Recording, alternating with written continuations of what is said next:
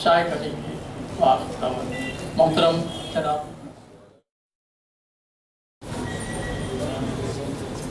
السلام علیکم ورحمۃ اللہ وبرکاتہ. الحمد للہ رب العالمین وصلی اللہ وسلم علی نبینا محمد وعلی آلہ وصحبہ اجمعین ومن تبعہ بإحسان الی یوم الدین اما بعد. محترم بھائیوں اور بہنوں، یہ میں اپنے لیے سعادت اور خوشی کی بات سمجھتا ہوں کہ جامعہ دارالفرقان یہاں پر آؤں. ویسے جب بھی میں ہندوستان کا دورہ کرتا ہوں، خاص طور پر حیدرآباد کا، کیونکہ بعض ایسے دورے بھی ہوتے ہیں جس میں مجھے حیدرآباد آنے کا موقع نہیں ملتا. جب میں حیدرآباد آتا ہوں تو عموماً اس جامعہ کو بھی میں دیکھنا، اس کی وزٹ کرنا اپنے لیے باعث سعادت سمجھتا ہوں. اور الحمدللہ پہلے دن سے جامعہ کا جو مقام تھا، ہر دن اس میں ترقی اور ہر دن اس میں بڑھاوا اور اضافہ ہو رہا ہے. اللہ تعالیٰ اس جامعہ کو نظر بد سے بچائے اور اس کے منتظمین، مؤسسین اور اس سے وابستگان جو ہیں، اللہ تعالیٰ ان سب کو اجر عظیم عطا فرمائے. دراصل یہ مدارس جن عمارتوں میں چلتے ہیں، مجھے اسی جامعہ کے بارے میں تجربہ ہے کہ میں اس وقت بھی یہاں پر آیا جب یہ کرائے کی عمارت میں تھا. اس وقت بھی میں آیا جہاں پر یہ عمارت پوری طرح سے بن نہیں پائی تھی. لیکن مدارس اور خاص طور پر جو دینی مدارس ہیں، یہ عمارتوں کے ذریعے سے ان کی اہمیت کا اندازہ نہیں لگایا جا سکتا، نہ ہی اس کے بجٹ کے ذریعے سے اس کا اندازہ لگایا جا سکتا ہے. اس لیے کہ میں برطانیہ کے بہت سارے اسکول سے واقف ہوں، بلکہ ایک اسی طرح کے گرلز اسکول کا جو بڑا اسکول ہے اس کا میں گورنر ہوں. تو اس اعتبار سے مجھے معلوم ہے کہ ان کا بجٹ کیا ہوتا ہے.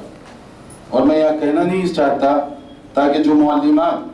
بہت جذبے اور شوق کے ساتھ یہاں کام کر رہی ہیں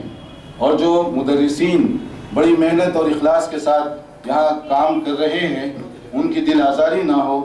ورنہ وہاں ایک استاذ کی جو تنخواہ دی جاتی ہے وہ شاید یہاں کے پورے جامعہ کا بجٹ ہو. اس لیے یہ جو دیواریں، ٹوٹی پھوٹی عمارتیں ہیں،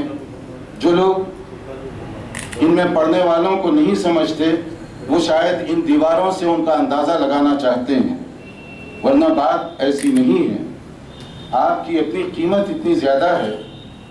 ان مدارس کی قیمت اتنی زیادہ ہے کہ برطانوی پارلیمنٹ میں سابق پرائم منسٹر ٹونی بلیر نے 1 سے زائد مرتبہ مدارس کا تذکرہ کرتے ہوئے کہا کہ ہمیں یہ جو مدارس ہیں ان سے بہت چوکنا رہنا چاہیے. انگلینڈ میں اسکولوں کی کوئی کمی نہیں، یونیورسٹیز کی کوئی کمی نہیں، مگر برطانوی پرائم منسٹر کو وہ کون سی پریشانی لاحق تھی کہ پارلیمنٹ میں ان مدارس کا تذکرہ کیا جا رہا ہے. اور جس انداز سے تذکرہ کیا گیا وہ بہت ہی دلچسپ ہے. بھلا وہ ہمارے یہاں کے سابق وزیر داخلہ کا، جنہوں نے مدارس کے حق میں ایک ایسا بیان دیا جو بہت سے اسلامی ممالک کے وزراء کی زبان سے نہیں نکل سکا. بلکہ عجیب اتفاق ہے کہ پاکستان کے بعض دینی مدارس کے پڑھنے والے طلباء کو مختلف ایسے الزامات سے نکالا گیا جن کا کوئی وجود نہیں. جیسے آپ نے بھی سنا ہوگا، چونکہ یہ اہل علم کی مجلس ہے، آج کل کچھ اصطلاحات بہت زیادہ استعمال ہوتی ہیں، ٹیررزم، فنڈلزم اور فنڈامنٹلسٹ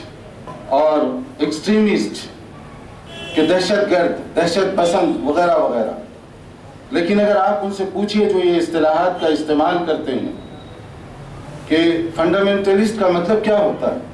ٹیررسٹ آپ کس کو کہتے ہیں، آج تک کوئی بھی ایسا معتبر آدمی نہیں ملا جو اس کی ایسی ایکسپلینیشن اور ایسی وضاحت کر سکے جو سب کے لیے قابل قبول ہو. اس لیے کہ اس میں حد درجے نفاق پایا جاتا ہے. ایک آدمی جس کو برٹش گورنمنٹ ہیرو سمجھتی ہے، امریکن گورنمنٹ اس کو ولن کے طور پر دیکھتی ہے، اور ایک جس کو امریکہ کے اندر پذیرائی حاصل ہے، برطانیہ اور یورپ اس کو بہت ہی غلط انداز سے دیکھتے ہیں۔ تو اگر آپ فنڈامنٹلسٹ یا ٹیررسٹ یا ایکسٹریمسٹ یہ اصطلاحی مفہوم اس کا مفہوم بتائیں تو امریکہ والوں کو بھی پریشانی ہوگی، یورپ والوں کو بھی پریشانی ہوگی کہ جس آدمی کو آپ ہیرو کے طور پر پیش کر رہے ہیں اسی آدمی کو دوسرا جو ملک ہے وہ بہت ہی بلیک لسٹڈ کیا ہوا ہے۔ تو یہ آپ ایسی تعریف کرنا چاہیں گے کہ جس سے امریکہ بھی خوش ہو جائے، برطانیہ بھی خوش ہو جائے، جو کہ ممکن نہیں ہے۔ اس لیے کثرت کے ساتھ میڈیا پر جو یہ اصطلاحات کا رواج چال چلن عام ہو چلا، اور ہمارے بعض لوگ شعوری یا غیر شعوری طور پر اس طرح کے الفاظ استعمال کرتے ہیں، ان سے ہمیں قطعاً مرعوب نہیں ہونا چاہیے، کیونکہ یہ ایسی اصطلاحات ہیں جس کا مطلب ان کو خود نہیں معلوم، یا اگر معلوم ہوگا تو اتنی جرأت نہیں ہے کہ وہ کھل کر ان اصطلاحات کی وضاحت آپ کے سامنے کر سکیں کہ اس کا مطلب کیا ہے۔ بلکہ ان کے پیچھے اگر آپ غور کریں تو لگتا ہے کہ شاید یہ ساری اصطلاحات صرف مسلمانوں ہی کے لیے بنائی گئی ہیں، کیونکہ ٹیررسٹ ہونے کے لیے مسلمان ہونا ضروری ہے، فنڈامنٹلسٹ ہونے کے لیے بھی مسلمان ہونا ضروری ہے، ایکسٹریمسٹ ہونے کے لیے بھی مسلمان ہونا ضروری ہے، ورنہ برطانیہ کے اندر مذہب کی بنیاد پر سال ہر سال سے لڑائی چل رہی ہے، ہزاروں جانیں چلی گئی وہاں پر کرسچینٹی کے درمیان، مختلف کرسچن فرقوں کے درمیان، مگر ان کو نہ میڈیا والے ٹیررسٹ کہتے ہیں، نہ میڈیا والے ان کو دہشت گرد کہتے ہیں، حالانکہ بمباری کر کے کتنے لوگوں کو ختم کر دیے وہ، مگر ان کے لیے یہ الفاظ استعمال نہیں کیے جاتے، ان کو کہتے ہیں فریڈم فائٹر۔ اور اسی لیے وہاں پر کچھ عجیب سے قوانین بنے مختلف جگہ پر سے ہمارے بہت ہی معزز بھائی عبد المعید صاحب نے آپ کو کہا دعوت و تبلیغ کے میدان میں سب کو سرگرمی کا مظاہرہ کرنا چاہیے۔ دعوت و تبلیغ کے لیے جو بہت زیادہ اہمیت کی چیز ہے وہ بصیرت ہے۔ حکمت کا لفظ ہمارے ہاں اس کثرت سے استعمال ہوا کہ بعض اس کے اندر غلط چیزیں شامل ہو گئی۔ حکمت کا مطلب ہم لیتے ہیں نرم بات کرنا، حکمت سے مراد نرم بات نہیں ہے، موقع کو سمجھ کر اپنے بات مخاطب کے ذہن و دماغ میں بٹھانا، اس کو حکمت کہا جاتا ہے۔ اس کو سورہ یوسف میں بڑے عمدہ اور دوسرے انداز سے پیش کیا گیا۔ سورہ یوسف کی آیت 108 آپ لوگ اس کو ذہن میں رکھیں، قُلْ هَٰذِهِ سَبِيلِي أَدْعُو إِلَى اللَّهِ عَلَىٰ بَصِيرَةٍ أَنَا وَمَنِ اتَّبَعَنِي۔ بصیرت کے اندر علم بھی ہے، دلائل بھی ہیں، حالات اور آپ جس جگہ پر رہتے ہیں وہاں کی معرفت بھی ہے۔ اس کے بغیر اگر آپ دین کی دعوت دیں گے تو وہ فائدے سے زیادہ نقصان دہ بھی ثابت ہو سکتی ہے۔ بعض مغربی ممالک میں مثال دیتا ہوں، اگر کوئی آدمی کہے کہ یا اللہ مجاہدین کی تو مدد فرما، تو وہ کہتے ہیں کہ یہ خلاف قانون ہے، تم اس طرح بات نہیں کر سکتے۔ مجاہدین کے حق میں دعا کرنے کا مطلب آپ ان کا تعاون کر رہے ہیں، تعاون کرنے کا مطلب ہے کہ آپ کی ساری توجہ ان کی طرف ہے۔ اگر اسی کو بدل کر کوئی خطیب یا مقرر یا عالم دین کہتا ہے یا اللہ جو تحریک آزادی کے لیے کوشش کر رہے ہیں تو ان کی مدد فرما، تو قانون کہتا ہے یہ ٹھیک ہے، کیونکہ فریڈم فائٹر جو ہوتے ہیں ان کو یہ قانونی حق حاصل ہے۔ اگر آپ جہاد کہتے ہیں تو وہ اسلام اور مسلمانوں کے ساتھ مخصوص ہو جاتا ہے۔ اب ایک خطیب کو یہ معلوم نہ ہو تو وہ اس طرح کی دعا کرے گا جو اس کے لیے اور اس کے ساتھ جو وابستہ ہیں ان سب کے لیے مصیبت کا سبب بن سکتی ہے۔ اس کے بجائے اگر اس کو اس کے حالات، وہاں کے حالات کا علم ہو تو وہی بات وہ دوسرے انداز سے بھی کہہ سکتا ہے۔ تو میں یہ مثال صرف اس لیے دے رہا ہوں تاکہ دعوت و تبلیغ کے میدان میں کام کرنے کا جو اصول ہے وہ آپ کے سامنے ہو سکے، ورنہ ماشاءاللہ آپ کے اساتذہ کرام، آپ کی معلمات جس محنت اور عرق ریزی کے ساتھ کوشش کر رہی ہیں وہ سب ہمارے سامنے ہیں۔ اور آج کے جو پروگرام میں جیسے میں نے کہا، جب بھی میں نے وزٹ کی، پچھلی وزٹ کے مقابلے میں اس وزٹ کا زیادہ اچھا اور خوشگوار اثر پڑا مجھ پر، تو آج بھی ماشاءاللہ اسی طرح کی بات ہوئی جس خوبصورت انداز میں عربی زبان میں، انگریزی میں اور اردو میں، بلکہ لیپ ٹاپ کا استعمال کیا گیا، اور لیپ ٹاپ یہ بہت ہی ماڈرن ٹیکنیک ہے اور یہ بھی بصیرت اور حکمت میں شامل ہے کہ شاید آپ کے معلمین نے یہ تاثر دینا چاہا کہ انگریزی زبان میں اگر لیپ ٹاپ کا استعمال کریں تو یہ تو عام لوگ کرتے ہیں، آج کل لیکچر وغیرہ جو ہوتے ہیں وہ زیادہ تر لیپ ٹاپ کے ذریعے سے ہی ہوتے ہیں، لیکن شاید انہوں نے یہ تاثر دینا چاہا کہ اردو والے بھی پیچھے نہیں ہیں، اردو والے بھی اس ٹیکنیک میں انگریزی والوں سے زیادہ آگے جا سکتے ہیں، اور یقیناً جا سکتے ہیں اگر آپ لوگ اسی طرح سے محنت کریں، اسی طرح سے جو جدید وسائل ہیں ان کا بہتر انداز سے استعمال کریں تو اس کا ہر جگہ پر فائدہ اٹھایا جا سکتا ہے۔ لیپ ٹاپ پر خاص طور پر انٹرنیٹ وغیرہ جو مختلف قسم کے ویب سائٹ وغیرہ ملتے ہیں، اس بارے میں بہت ہی چوکنا بھی رہنا چاہیے، کیونکہ یہ ایک کارخانے کی طرح سے ہے، اس میں خیر اور شر بھرا ہوا ہے۔ اگر آپ کی نظر چوکنا نہ ہو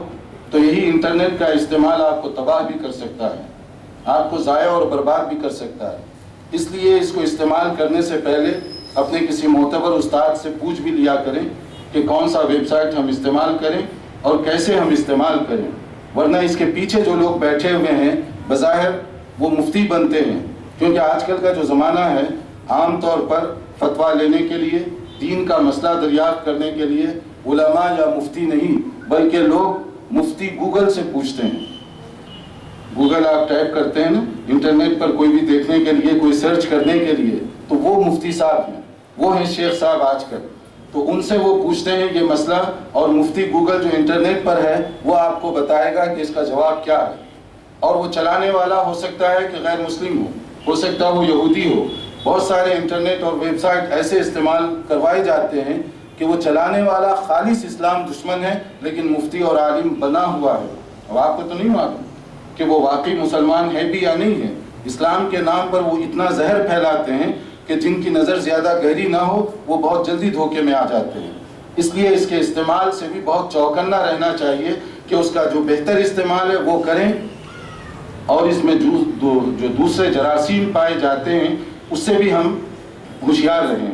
اسی طرح سے انٹرنیٹ وغیرہ پر جو معلومات دی جاتی ہیں ان معلومات کو تصدیق کے بغیر آپ اعتماد کے ساتھ دوسروں کے سامنے پیش نہیں کر سکتے، اس لیے کہ یہ معلومات دینے والے مختلف ذہن اور مختلف بیک گراؤنڈ کے لوگ رہتے ہیں۔ بہت سارے ویب سائٹ ایسے ہیں جو یہودیوں کی طرف سے چلائے جاتے ہیں لیکن اسلام اور مسلمانوں کے نام پر، بہت سارے ایسے ہیں جو غیر مسلموں کی طرف سے چلائے جاتے ہیں اور اس کے اندر اسلام مخالف عناصر پائے جاتے ہیں، لیکن وہ اس انداز سے کہ آپ کو اس کی ہوا تک نہ لگے۔ اور کبھی کبھی ایسے ہوتا ہے کہ اس پر اگر آپ آن لائن جائیں تو اس کے اندر بعض ٹرینڈ ایسے غیر مسلم ہوتے ہیں جو بہت ماہر ہوتے ہیں کہ مسلمان کو آپ کے دین سے کیسے کنفیوز کیا جائے۔ آپ بطور طالبہ کے اس کے سامنے بیٹھی ہوئی ہیں، آپ کو شاید اس کا تجربہ نہ ہو، جو سوال جواب چٹ چاٹ کے طور پر وہاں کرتے ہیں، بعض اوقات وہ ایسے لوگ بیٹھے ہوئے ہوتے ہیں جو ٹرین ہوتے ہیں، اور وہ ٹریننگ کے ذریعے سے آپ کا ذہن حیدرآباد میں بیٹھ کر گمراہ کر دیں گے، حیدرآباد نہیں مکہ اور مدینہ میں بیٹھ کر گمراہ کر دیں گے۔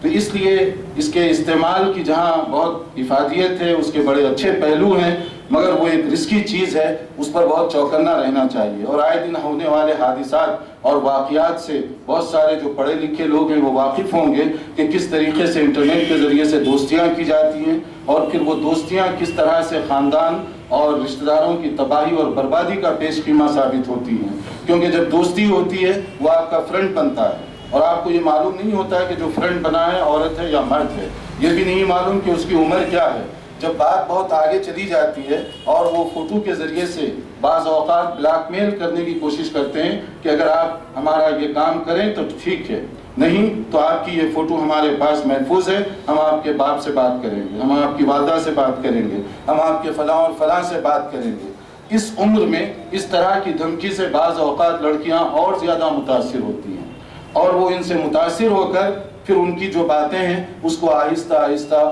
قبول کرنے لگ جاتی ہیں۔ پھر اس کے بعد وہ اتنی دور نکل جاتی ہیں کہ جس کے بعد انہیں اپنے خاندان میں واپس آنا بہت مشکل ہو جاتا ہے۔ اس لیے یہ جو جدید آلات ہیں ان کا استعمال بہت ہی قابل قدر ہے، لیکن اس کے ساتھ ساتھ یہ دو دھاری تلوار کی طرح سے بھی ہے، اس پر بھی ہماری نظر ہو۔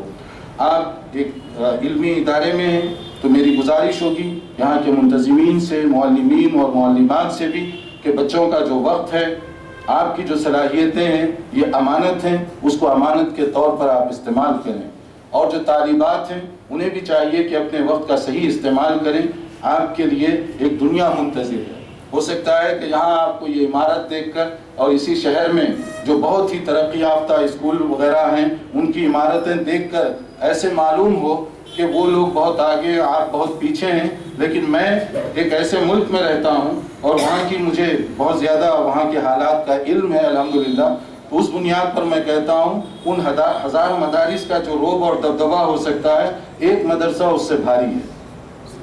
یہ نہیں ہے کہ آپ کی عمارتیں کمزور ہیں یا آپ کے پاس وسائل کی کمی ہے. اگر آپ بھاری نہ ہوتے تو برٹش پارلیمنٹ میں بیٹھ کر آپ کے مدارس کے بارے میں گفتگو کرنے کی ضرورت پیش نہ آتی. اگر آپ اتنے بھاری نہ ہوتے تو یہاں اتنی جو سازشیں کی گئیں کہ کسی طرح مدارس کو بدنام کیا جائے، مدارس کو بند کیا جائے، مدارس کو مختلف طرح سے ورغلانے کی کوششیں کی گئی، یہ ساری چیزیں اسی لیے ہیں کہ آپ کی جو قدر و قیمت ہے شاید آپ کو نہیں معلوم، لیکن مغربی دنیا جانتی ہے کہ آپ کی قیمت کتنی زیادہ ہے. وہ سمجھتے ہیں کہ یہ چٹائیوں پر بیٹھ کر پڑھنے والے، یہ بوسیدہ عمارتوں میں رہنے والے اپنے اندر وہ یقین اور عزم کی قوت رکھتے ہیں کہ اگر یہ اپنے مقام کو خود بھی سمجھ لیں تو خرمن کفر اور شرک کو آگ لگایا جا سکتا، ختم کر سکتے ہیں، کیونکہ ان کے پاس وہ دمخم نہیں ہے جو آپ کے پاس ہے. کرسچینٹی فیل ہو گئی بطور مذہب کے. کرسچینٹی، عیسائیت وہ اپنا وجود کھو بیٹھی ہے، اور اب جو کرسچینٹی ہے وہ زیادہ سے زیادہ بطور کلچر کے ہے. کلچر اور مذہب میں بہت زیادہ فرق ہوتا ہے. بطور مذہب کے وہ لوگ اپنے آپ کو پیچھے کر چکے ہیں، اور اس کی ایک بڑی وجہ یہ مدارس کی کمی تھی کرسچینٹی میں، جو ان کو اپنے مذاہب سے، اپنے مذہب کے بارے میں ایکسپرٹ بناتے یا ماہر بناتے. اس کے لیے میری گزارش ہوگی تمام ذمہ داران سے کہ آپ کی گفتگو میں اور عام لوگوں کی گفتگو میں بہت فرق ہونا چاہیے. آپ کی نظر امہات الکتب پر ہو، مصادر پر ہو، مراجع پر ہو، ورنہ بعض سنی سنائی باتیں، بعض سنے سنے اشعار اور بعض قسم کی جو چیزیں ہیں وہ بعض اوقات نقصان دہ بھی ثابت ہو سکتی ہیں. اس لیے آپ کی نظر دوسروں کے مقابلے میں عام خطیبات، عام واعظین جو ہوتے ہیں، قصہ گو، ان کے مقابلے میں آپ کی بات مستند مانی جائے، آپ کی بات زیادہ درست اور صحیح ہو. اور الحمدللہ آپ کے لیے ایک دنیا منتظر ہے، بلکہ خود یہاں پر بہت سارے ایسے ٹی وی پروگرام ہیں، بہت سارے میڈیا کے ایسے پروگرام ہیں جنہیں تلاش ہے قابل لڑکیوں کی. شاید انہیں ابھی تک اس جامعہ کے بارے میں معلوم نہیں ہو سکا، ورنہ آپ کو نہیں، وہ یہاں پر آنے کے لیے تیار ہیں اور وہ آپ کا انٹرویو لینے کے لیے تیار ہیں. آپ سے وہ ملنا چاہتے ہیں کیونکہ انہیں ایسی لڑکیوں کی بہت تلاش ہے جو دین کو بھی سمجھیں اور دنیا کے تقاضوں سے بھی واقف ہوں. اس کے لیے آپ اگر اپنی شخصیت کو منوائیں تو یقیناً دنیا بھی آپ کی قدر کرے گی، دنیا بھی آپ کی عزت کرے گی. اللہ تعالیٰ آپ کو ترقی عطا فرمائے. جزاکم اللہ خیراً. چونکہ آپ لوگ کچھ پوچھنا چاہتے ہیں تو مجھے نہیں معلوم کہ یہیں پر کچھ پوچھنا ہے کیا.